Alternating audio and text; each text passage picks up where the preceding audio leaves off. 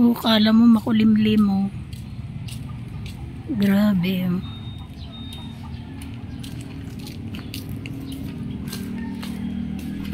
Oh. Kala mo kulimlim lang. Ayan na yung binubugan ng bulkan sa Tagaytay. Yung usok. Yung ismag daw kung tawagin. Ayan na yun siya. Mas makapal siya kanina.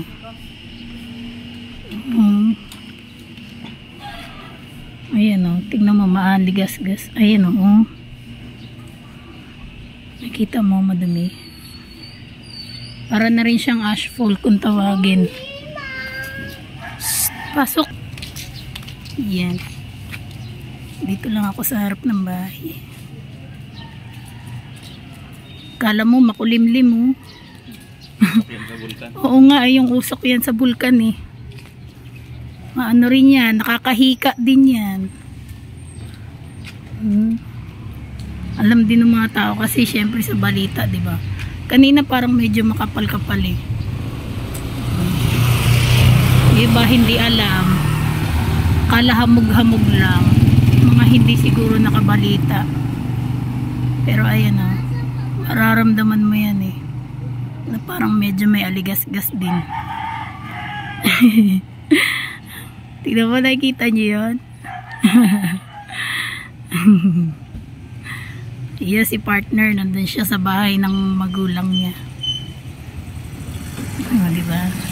For today update. Yan, makimarites lang tayo sa sa panahon. Doon yung bahay nila Apra. Tulog pa siguro yan si Apra. Masarap pahilik nun. Yun. Oh, diba? Ayan o. Alikabok. Dito na ako sa harap ng bahay. Ang bahay naming binagyo. Charot. Oh, diba? Kahit saan ka dito. Banda, hindi talaga sumilay si si Sunshine, si Liwayway.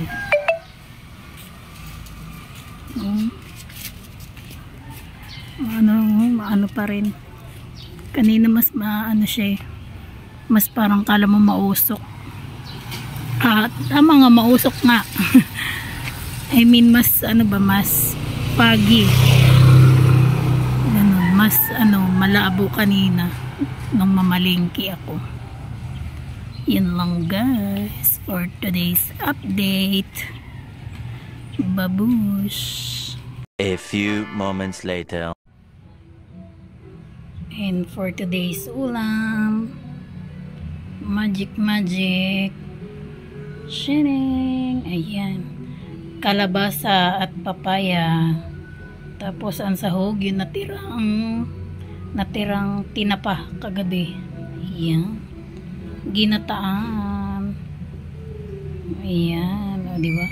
Pakulo pa lang yan siya. Tapos kumuha ako ng malunggay. Ang binili ko lang dyan is sibuyas, kamatis at kalabasa. Yung iba dyan galing na sa tanim, diba? Galing sa bakuran. Sarap. Malasang-malasa yung tinapa. Sarap igata.